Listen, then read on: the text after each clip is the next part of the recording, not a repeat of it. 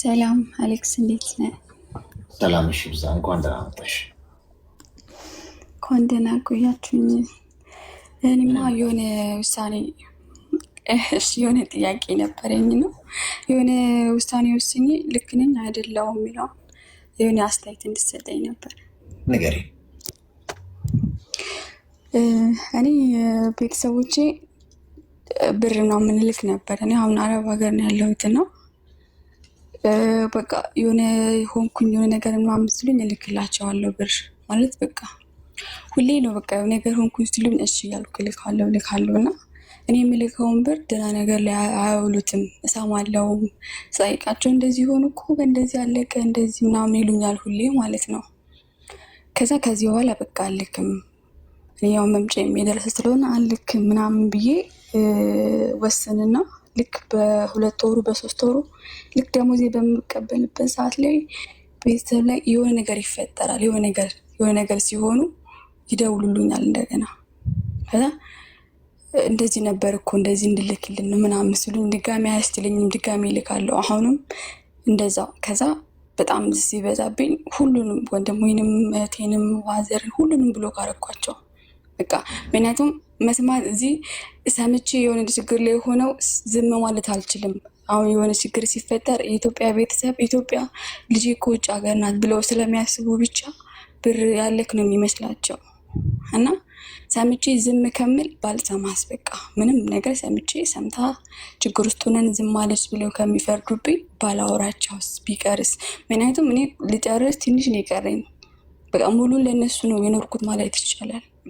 ማለት አርግል ለቤተሰብ ታረጋለህ፣ ግን አንተ አርግተክ ደህና ነገር ላይ አያውሉትም።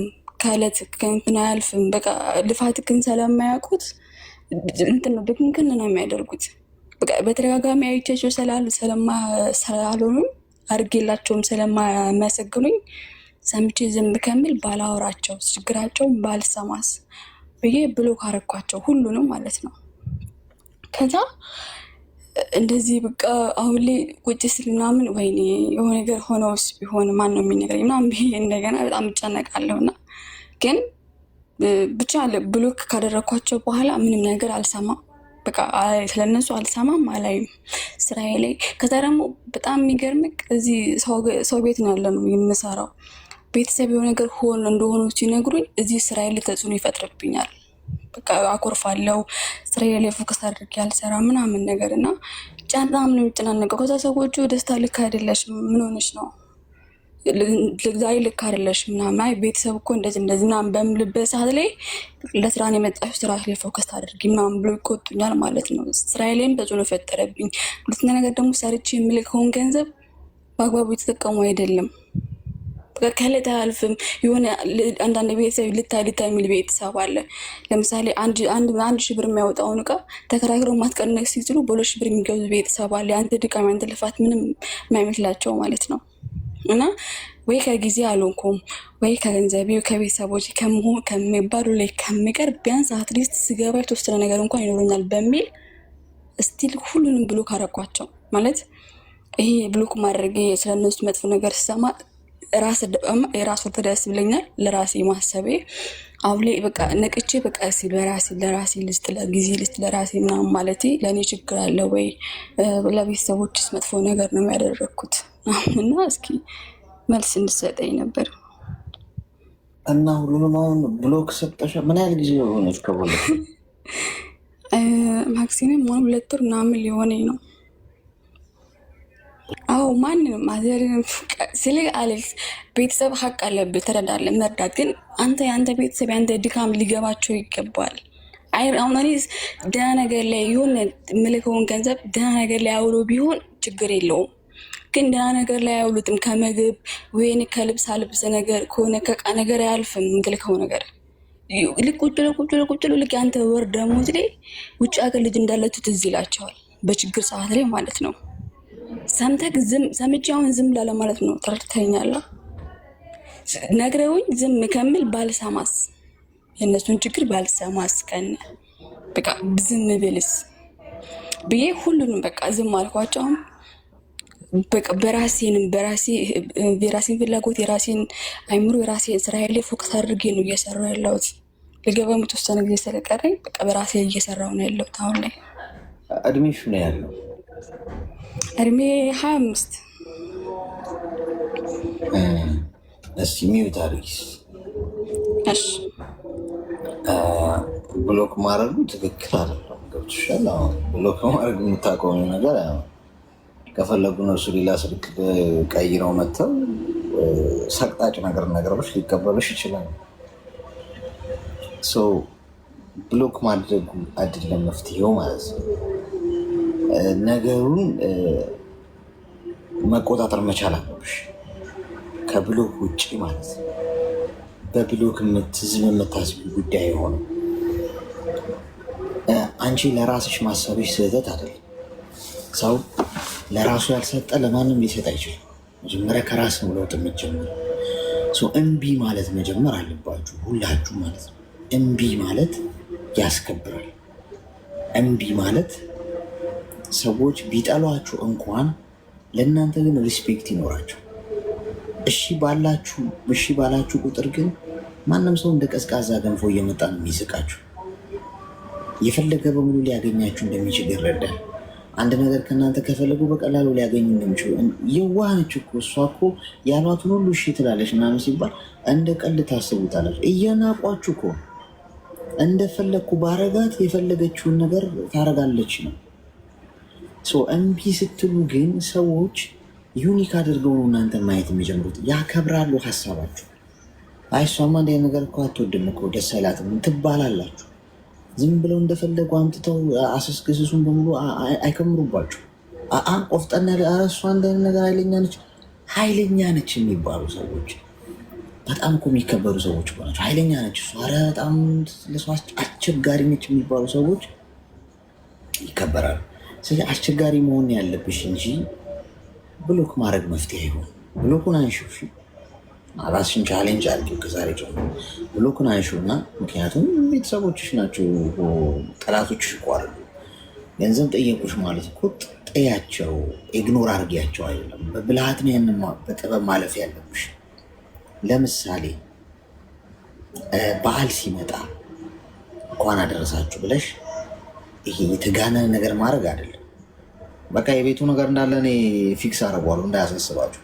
በጉንም ላሙንም በሬውንም ምናምን ቂቤውንም ምናምን ማሩንም ኤቭሪቲንግ እናንተ ብቻ እንዳትቸገሩ ምናምን ማለት ከጀመርሽ ነገ ሁሉ ነገር አንቺ ላይ አምጥተው ነው የሚከምሩት። እንደ አንድ የቤተሰብ አባል ለምሳሌ እዛ ሀገር ብትሰሪ ኖሮ ምንድን ነው የምታደርጊው? በዓል ሲመጣ ለበዓል ቤት ውስጥ በግ የሚታረድ ከሆነ ለዛ ታዋጫለሽ አይደል? የድርሻሽን እንደ አንድ የቤተሰብ አባል። አረብ ሀገር ሆንሽ ሌላም ሀገር ልክ እንደዛው ነው ማድረግ ያለብሽ። ገንዘቡ ተመንዝሮ ብዙ ስለሚሆን ምናምን ላጥ እያደረግሽ ያፈሽ የምትሰጪ ከሆነ ሁሉም ችግር አንቺ እንድትፈጪው ያመጡልሻል እጅሽ ላይ። ለአንቺ ቀላል ይመስላችኋል። በዓል ሲመጣ አንዳንዴ ቤት ውስጥ እንደው የአንቺ ድርሻ የሚያስፈልግ ከሆነ ሰምታይምስ የሆነ ነገር ታደርጊያለሽ። ከዚ ውጭ ገንዘብሽን ያዥ፣ ችግር አውሪባቸው በተቻለሽ መጠን። በዚህ መንገድ ነው ይህን ዲፌንድ የምታደርጊው። ትከላከያቸው በምን መንገድ መሰለሽ? የሰው ልጅ ችግር ስታወሪበት አይወድም። ገብቶሽ? በተለይ ቤተሰቦች ቸግሮኛል ብድር በያቸው ውስጥ በሉ እስቲ ልምከራችሁ። የጠላቢስ ሰውዬ የማያመጣው ጉድ የለም ነው የምታስብሉኝ። ተበደሩ እስቲ ቤተሰቦቻችሁን ብድር ጠይቋቸው። ከዛሬ ጀምሮ ደውላችሁ አሁን መከራር ላይ ፈለግሽኝ እናት የምታዳምጪኝ ከሆነ ብሎኩን አንሺና በሀገር ሰላም ጸጥ ብሎኩን አንስተሽ አንዱ ለቀን ምናምን ብሎኩን ትተይውና ደውዪ ራስሽ እነሱ ሳይሉሽ ተቸገርኩ በያቸው። አጣው፣ ጠማኝ፣ ራበኝ፣ ሰው ጋር ነው ያለሁት፣ ስራ ጠፋ፣ የጠላቢስ ሆንኩኝ፣ ምንም የሚቀጥረኝም አጣው፣ ስራ ጠፍቷል፣ እንደው ወደ ሀገር የሚወሰዱኝ ብልም የሚሰማኝ አጣው። እስከዛ ድረስ እንግዲህ ከሰፈርም ተበድራችሁ ላኩልኝ፣ 50 ሺህ ብር ያስፈልገኛል። ሴትም ልጅ ነኝ፣ ብዙ ያስፈልገኝ ነገር አለ፣ ሰርቼ እከፍላለሁ። ከ5 ወር በኋላ ሰርቼ የሚከፍለው 50 ሺህ ብር ጭራሽ እኛን ብድር። በቃ ከዛ በኋላ እኔና ስልክሽን አያነሱትም እንኳን ሊደውሉልሽ። አንቺ ለሰላምታ ራሱ ብትደውይላቸው እያዩት እየጠራ ያልቃለ እንትኑ ቴክስት ራሱ ምናልባት በሳምንት ነው ይመልሱልሽ ጽፈሽ። ኤቭሪዌር ኤቭሪ ዴይ ባገኘሻቸው ቁጥር ባወራችሁ ቁጥር ችግር አውሪ። የኔ እናት ፈጥረሽም አውሪ ችግር። ጫማ ያልቆ መገዛው አጥቼ ያው ማዳሚ ራሱ ደሞዝ የሆነ ብቻ ችግራው። ኤኒዌይስ አይዲያ ነው የምሰጣችሁ። እመኑኝ የስሜን ያህል እርግጠኛ ሆኜ የምነግራችሁ እግዚአብሔር ምስክሬ ነው። ገንዘብ የሚጠይቃችሁ አይኖርም፣ ሰላምታም የሚሰጣችሁ አይኖርም። እንዲሁ ለምናችሁላ ነው ሰላም የምትሏቸው። ለምን በገዛ እንትናችሁ። ስለዚህ ስማርት ነው መሆን ያለብሽ እንጂ ብሎክ ብታደረጊማ ይኸውልሽ እነሱ ሌላ ቁጥር ቀይረው ይመጡና እየየ ይሉብሻል። ከሌ ታሟል ብር ላኪ ይሉሻል። አንቺ ደግሞ አያስችልሽም። እንደዛ እንዳይሆን እኔ ደግሞ አሌክሲ ሶሪ በማልገባው ዋናው እዚህ ጋር ሰው እናንተ እንድትረዱ የሚፈልገው ነገር አሌክስ፣ እኔ የእነሱን የሆነ ነገር ውስጥ ሆኖ በሚደውሉብኝ ሰዓት ላይ ከገንዘቡም በላይ እዚህ ስራዬ ላይ ችግር እየተፈጠረ ነው ትልቅ ወይ ፊቴ ልክ አይሆንም፣ ወይ እረሳለሁ። አዛኝ ወጣችሁን ስራ ማደሜ እረሳለሁ፣ ወይ ደግሞ በፊት እንደሰራሁት አይደለም፣ ይሁን ነገር ይበላሻል። ተረዳኸኛል? ያኔ ደግሞ እነሱ ማደሙ ፊትን አይተው ነው የሚረዱት ውስጥ ልክ እንዳልሆነ ሆነሽ ነው። ለምን እንደዚህ ይሄ እኮ እንደዚህ በተራቃም እና እረሳለሁ። በቃ ወይ እንደዚህ ለሽ ነበር ምናምን በቃ እስራኤልም ችግር እየፈጠረ ነው። በቃ አሁን የምፈልገው ላለመስማት ኖ ይኸውልሽ ምን መሰለሽ አሁን ይሄን ነገር በዚህ መንገድ አትዘልቂው። ችግር አልስማ ማለት አችልም እንዴ? ይሄ እኮ ምን እንደማለት መስለሽ አሁን ገነት ውስጥ እኮ አይደለም እኮ የምንኖረው። እንግዲህ ገነት ወደፊት እንግዲህ ምን እንደሆነ አናውቅም፣ ግን ቢያንስ ምንም ችግር የሌለበት ምናምን ይመስለናል እንዲሁ ስንገምታል። ግን ምድር ላይ ነው የምንኖረው። ችግር አልስማ ማለት አችልም። እነሱም እኮ ሆን ብሎ እኮ ነው የሚያወሩብሽ እኮ እንጂ እኮ ምናልባት ያን ያህል ዳትማሽ ችግር ውስጥም ገብተው እኮ ላይሆን ይችላል እኮ ገብቶሻል። ስስ ልብሽን አውቀውታል። ምን ሲያወሩልሽ እንደምትልኪ ያውቃሉ። ያቺን ሴንሲቲቭ ፓርቲሽን ስለሚያውቋት ጠቅ ያደርጋሉ። ገብቶሻል። ደሞዝ ልክ የደሞዝ ጊዜ ስትመጣ ምን ያደርጋሉ? የሆነ ችግር ፈጥረው እንዲህ እኮ ተፈጠረ ምናምን ይሉሻል። አንቺ ላጣር አስለምደሻቸው እስካሁን ቆፍጠን ማለት ጀመሪ። ችግሩን ያውሩት፣ ችግር የለም ተጋፈጩ ፊት ለፊት። አንቺ ደግሞ ከነሱ ብሰሽ ተገኘ። ሰው ሀገር ሆነሽ የባሰ ችግር ስታወሪባቸው ምን ይፈጠራል መሰለሽ? በዚህ መሀል ይሄ ነገር የሚሰራ አይመስለኝም ጭራሽ። እሷም ብድር እየጠየቀችን ነው፣ ስለዚህ በራሳችን መቆም አለብን፣ የነገር አያዋጣም ብለው ሳይወዱ በግዳቸው ምን ያደርጋሉ? በራሳቸው ያንን ችግር ፊክስ ማድረግ ይለምዳሉ። አለበለዚያ ግን ምን ይፈጠራል መሰለሽ? አንቺ ነሽ እግዚአብሔራቸው የምትሆኙ። የሆነ ነገር በተፈጠረ ቁጥር ላጣርገሽ ትልካለሽ። አንቺ እንደው ክፉን ያርቅና ደሞዝ ባታገኝ የሆነ ነገር የሆነ ችግር ቢገጥማቸው በቃ አይወጡት ማለት ነው። ገደል እኮ ነው የሚገቡት። በራሳቸው እንዲቆሙ መሆን አለበት። ያንን ደግሞ አንቺ ማስተዋል አለብሽ። እድሜሽን የጠየቅኩሽ ለዛ ነው። ማስተዋል አንተ በራሱ እንዲቆም የምታደርገው በዚህ መንገድ ነው። ስለ ችግሩን አውሪው አንቺ እመኚ፣ ለውጥ ታገኝበታለሽ። እና ብሎጉን ደግሞ አንቺ ናቸው። እሺ ብሎግ አታርጊ። እሺ አሌክሲ በጣም አመሰግናለሁ። እሺ ወይ ጣጣ። እኔ አሁን የወላቸውን ፋሚሊዎቻችሁ ምናምን ገንዘብ የምትልኩላቸው ምናምን ከሰሙ የልጅ በተገኘበት ይወገዱላ ልባል እችላለሁ። አስቸጋሪ። ኤኒዌይስ አርጉት፣ ፍቅረኞቻችሁ ላይ አርጉት። ይሄንን በደንብ አዳምጡ። በተለይ ቲኔጀሮች፣ ገና እድሜያችሁ ገና የሆናችሁ ልጆች፣ በጊዜ ያፈቀራችሁ በፍቅር ጦስ እንደዚህ ብላችሁ አየር ላይ የተንሳፈፋችሁ ሰዎች፣ ሴቶች በተለይ ፍቅረኛችሁ ላይ ተግብሩት። በደንብ አዳምጡ። ፍቅረኞቻችሁ አሁን ሰላማዊ ሰልፍ ይወጡብኛል። በትክክል ነገር መናገር የማውቀው ደግሞ በዛ ነው። የሚንጨረጨር ሰው መኖር፣ የሚያር ሰው መኖር አለብን። ማሳረረው ሰው ከሌለ መድኃኒቱ ትክክል አይደለም ማለት ነው። የመድኃኒቱ ሁለት ጎን አለው። አንደኛው የሆነን ሰው ይጠቅማል፣ አንደኛው የሆነን ሰው ያሳርራል። ይሄ ነው። ስለዚህ ፍቅረኞቻችሁ ላይ የምታደርጉት ነገር ምን መሰላችሁ? ብር ምናምን እያለ የሚጃጃልብሽ ምናምን ጎረምሳ ካል ማይሰራ በኢሞ ምናምን ላይ ተዋወቅሽው እንደቅድም ልጅ ብድር ጠይቂ። አንቺ ምን ችግር አለው? እናንተ ተጠያቂ ብቻ ናችሁ እንዴ? ሁሌ ለምን አትጠይቁ? ድፈሩ።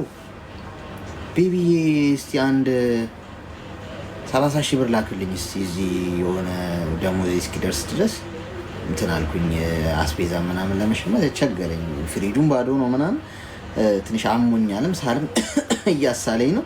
እስቲ አንድ 30 ሺህ ብር ከጓደኞችን ፈላልጋ የሚቀጥለው ወር መመልሰው ይህን ተቦልክሻል። በነጋታው የለም ሰውየው አፈቅርሻለሁ፣ ሞትልሻለሁ፣ ገለበጥልሻለሁ፣ ለአንቺ ስል ቆዳዬን እገፋለሁ፣ ኩላሊቴን ሰጥሻለሁ ምናምን ያለ ሲል የነበረ ሰው በነጋታው የለም። ወንድሞቻችሁ ላይ፣ እህቶቻችሁ ላይ፣ ቤተሰቦቻችሁ ላይ ሞክሩት። ይሄንን ችግር ጠይቋቸው፣ ብድር ጠይቋቸው። ውጤቱን መታችሁ ንገሩኝ። ይሄ የእኔ አዲሱ መድኃኒት መርፌ ነው። የአዲስ የቀመምኩት ነው። ውጤቱን ማየት ፈልጋለሁ። ብድር ጠይቃችሁ የሚኖረውን ለውጥ ማየት ፈልጋለሁ። ትነግሩኛላችሁ። ሰው እንዲርቅ ከፈለግ ብር ጠይቀው። ጤና ይስጥልኝ። ጤና ይስጥልኝ። ይሰማል? ይሰማል? ይሰማል። እንዴት ነህ? እንኳን ደህና መጣሽ። እንዴት ነህ?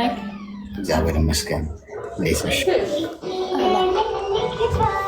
ጀርባሽ ግን ጫጫታ አለ።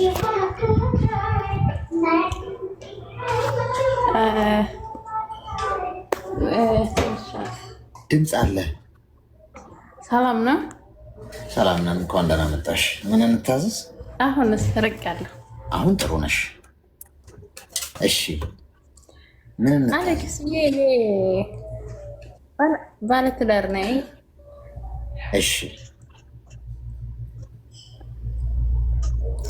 ግን በተደጋጋሚ ባሌ እናቴ ይሰድባል።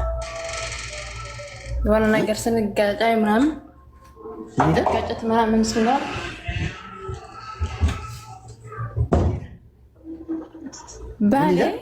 ባለትዳር ነኝ። ስንጋጫይ ስንጣላ ምናምን እናቴ ይሰድባል። እናቴን ይሰድባል? አዎ። ምን እያለ ነው የሚሰድበው?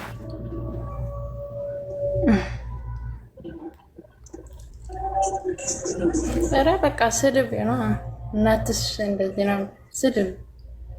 እሺ ማለት እዚህ ለመናገር ትንሽ ገብቶኛል። ከዛ እኔ ደግሞ እኔ ደግሞ ለመፋታት ምናምን አሁን 1-4 ቀን ምናምን ሆነኝ ከሱ እንትን ካልኩኝ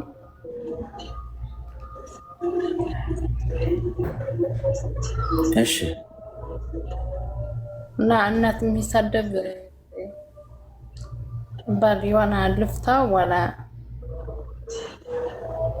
የት ነው ያለሽው አንቺ?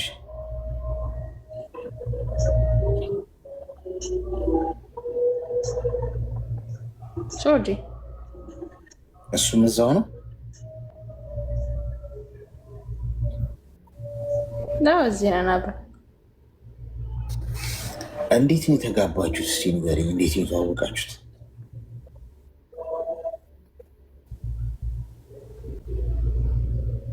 ቤተሰብ ነው በቃ እንታወቃለን እንደ ሀገር።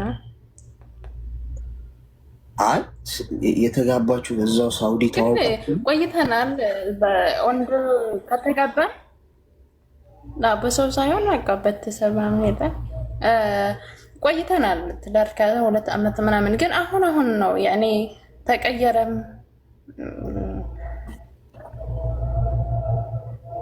እንደዚህ እናት ቤተሰብ ምናምን በጣም ያከብርልኝ ነበረ። ከዛ አሁን ነው ስንጣላ ምናምን።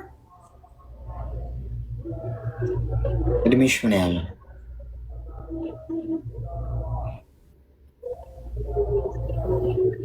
አዎ 25 ጨርሼ ወደ 26።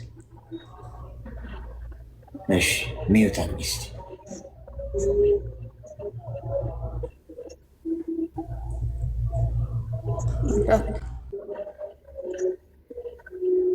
እንግዲህ የምታገቧቸው ወንዶች ምን አይነት እንደሆኑ እያያችሁ ነው። ግብረ ገብነት ያልተማረ፣ ስርዓት የሌለው፣ ከአፉ የሚወጣው በጣም አስቀያሚ ቃል ህይወት ነው። ባይዞ ሰው በቃል ነው የሰው ልጅ የተፈጠረው አይደል? በቃል ነው ሁሉም ነገር ፈጣሪ የፈጠረው አይደል? ቃል ኃይል አለው ማለት ነው። ሰዎች የምንናገረው ነገር ከአፋችን የሚወጣው ቃል ጥሩ ከሆነ ሰው ያንጻል፣ ተስፋ ይሰጣል፣ ይጠግናል፣ የተሰበረውን ይጠግናል፣ ተስፋው የጨለመውን አበቃልኝ ያለውን ተስፋው እንዲለመልም ያደርጋል። በዛው ልክ ደግሞ የምንናገረው አስጸያፊ ነገር፣ አስቀያሚ ስድብ ምናምን ከሆነ ሰውን ይሰብራል። ሰው አፍ ሲከፍት ጭንቅላት ይታያል ነው የሚባለው። ሚስቱ ነሽ አንቺ ስድብን ምን አመጣ? ምት እኮ ይሻላል አንዳንዴ አይደል? ሰው መቶሽ ቁስል ምናምን መተው ልክ አይደለም፣ ግን እንደው ምላስ አጥንት የለውም፣ አጥንት ይሰብራል። እንደዚህ አይነቶቹን ወንዶች አግብታችሁ ነው ባል ብላችሁ አቅፋቸው የምታሉት። ክብረ ገብነት የለው፣ ሚስቱን የማያከብር እንዲህ አይነቱ ወንድ ቢሳደብ ባይሳደብ ታዝኝለታለሽ እንጂ እኮ እንደ እንትንም አትቆጥሪም። ወንዱ ምን ሆኖ ነው ዘንድሮ እንደዚህ የተልፈሰፈሰው? እንዲህ አይነቱ ነው እንደ ሀገሩን የሚያስጠብቀውን ሀገር ብትወረረውን ነገ ጣሊያን ምናምን መጥቶ ቢወረን በዚህ ዘመን ድሮ ስለሆነ እንጂ እንዲህ አይነቱ ወንድ ነው ተዋግቶ ሀገሩን የሚያስከብረው። ገብቷቸዋል። ቁጭ ብሎ መሰዳደብ፣ ከሚስቱ ጋር ወገብ ይዞ የሚሰዳደብ፣ ወገቡን አስሮ የሚሰዳደብ እዚህ ማያቸዋለሁ። አንዳንዶቹ በቃ ወንድ ነው ተሳዳቢ። አሁን በጣም በሚገርመኝ ሁኔታ ስራ አቶ ማለት ከዛ ወንድነትን ሊነግራችሁ ይፈልጋል። እንደ ወንድ ነው ራሱ የሚቆጥረው። ወንድነት ልብ ነው፣ በመሰረቱ ጨዋነት ነው፣ ስነ ምግባር ነው፣ ትህትና ነው፣ ጥበብ ነው፣ ራስን መግዛት ነው፣ ኩራት ነው። ወንድ ልጅ ሲሰደብ እንኳን ወይም ምንም ነገር ሲደረግ ዝም ማለቱ ነው ኩራቱ ነው ወንድነቱ። እንዲህ አይነት ወንድ ከምታገቡ ቆማችሁ ብትቀሩ ይሻላችሁ። ስለዚህ እኔ እናት አሁን ልፍተው እሱ የአንቺ ውሳኔ ነው። አንቺ ራስሽ እንግዲህ ስታገቢው ምን ብለሽ እንዳገባሽው ግራ ስለገባኝ ነው። እንዲህ አይነቱን ወንድ ግን እናትሽን ያላከበረ አባትሽን ያላከበረ አንቺን ሊያከብርሽ ነው። ሰው እኮ ሰውን ሲወድ በአጠገቡ ያለው ነገር በሙሉ ያከብራል። ካፈቀርኳትና ከወደድኳት የመጀመሪያ ላረግ የሚገባው ነገር ምንድን ነው? በዙሪያ ያሉትን ሪስፔክት ማድረግ አለብኝ። እናትና አባትሽን እንደዛ ዘርጥጦ እየተሳደበ አንቺን እንዴት እንደሚያደርግሽ ገመትኩት። ቢላ አግሎ ቆዳሽን ሊገፋውላ ይችላል። እንደዚህ አይነት ወንድ አይባልም፣ ነውር ነው። ከእንደዚህ አይነት ወንዶች ራሳችሁን በማራቅ ራሳችሁን ጠብቁ። ስለዚህ ቁጭ ብለሽ አስበኝ፣ የራስሽን ውሳኔ ወስኝ። ግን ሰውየው አይሆንም፣ ለምንም የማይሆን ወንድ ገብቶሻል። ስርዓት የሌለው ወንድ፣ ራሱን ያልገዛ መሪ ያልሆነ ወንድ። ወንድነት የሚለካው እኮ ምንም ነገር ቢመጣብን የምትፈታበት ጥበብ ነው፣ መሪነት ነው። ሴት ልጅ እንኳን ብታጠፋ ወይ ደግሞ ብትበድልህ ወይም ስህተት ብትሰራ እራሷ ይቅርታ እንድጠይቅ ማድረግ መቻል ማለት፣ ሳትናገር ቃል ከአፍህ ሳይወጣ በዝምታ ማለት ነው። ይሄ ነው ፓወር ማለት። አለበዚያ ዝም ብሎ ወገብ ይዞ መውረግረግ ሴቶቹን ትተዋል። እኔ ሴቶቹ እንደውም በጣም በዚህ ጊዜ ጨዋ ሆነዋል። እኔ የምትሳደብ ሴት ገጥሞኝ አታውቅም። በየቲክቶክም ብትሄዱ በየቲክቶኩ ኮመንት የምታዩት በየምኑ ወንዱ ነው የሚሳደቡ።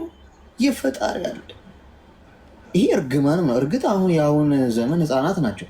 90ዎቹ ጊዜ ምናምን እንግዲህ እኛ ጊዜ የነበረን ሽማግሌዎች ምናምን ስድብም አናውቅም አንወድምም። ሲጀመር ሰው ከሰደበን እግዚአብሔር ቴንክ ዩ ሶ ማች ብለን የምትሄደው። አሁን እንግዲህ ኬት እንዳደጉም አይታወቅም። በቃ ሴት ልጅ መዘርጠጥ፣ አዋቂ መዘርጠጥ፣ ትልቅ ሰው መዘርጠጥ፣ ትልቅ ሰው ማክበር የለ፣ ሴት ልጅ ማክበር የለ። በዚህ መንገድ ነው እሺ ማስተካከል ያለብሽ። ራስሽን አስከብሪ። እሺ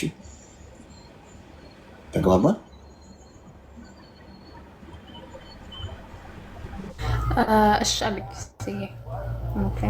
እሺ አይ እኔም እኮ አንድ ጊዜ ደህና ነበረ። በዚህ ስድብ ምናምን እንጋጫለን፣ ግን በማይሆን ነገር ሲመጣብኝ አንድ ጊዜ እንትን አደረኩትና በኮመንት ደግሞ እሷ ናት እኔ ምንም አላደርግም። እንኳን ሲሰድበኝ ምንም ቆይ አንዴ ኮመንት ተይሽ። የሰደበኝም ሪከርድ ያለኝ ልልክልህ እችላለሁ። ያኔ አላመነኝም ነው። ኦኬ ይሰማሻል? የእኔ እናት አዎ ይሰማል። አይ እሺ፣ ለኮመንት መልስ አትስጪ። ለኮመንት መልስ ሰጪ፣ እነሱ መልስ ይሰጡሻል። ስትሰጣጡ እኛ ማደራችን ነው። እሺ በቃ ሀሳቡ ገብቶሻል አይደልሽ? የፈለግኩት እሺ።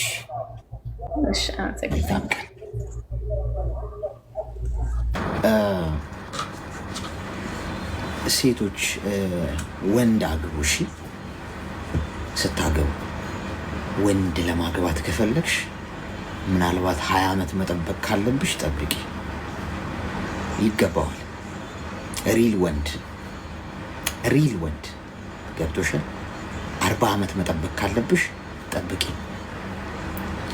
ምንም ዓላማ የሌለው አይምሮ የሌለው ምላሱን መግራት ያልቻለ ስነስርዓት ዲሲፕሊን የሌለው ግብረ ገብነት ተምሮ ያላደገ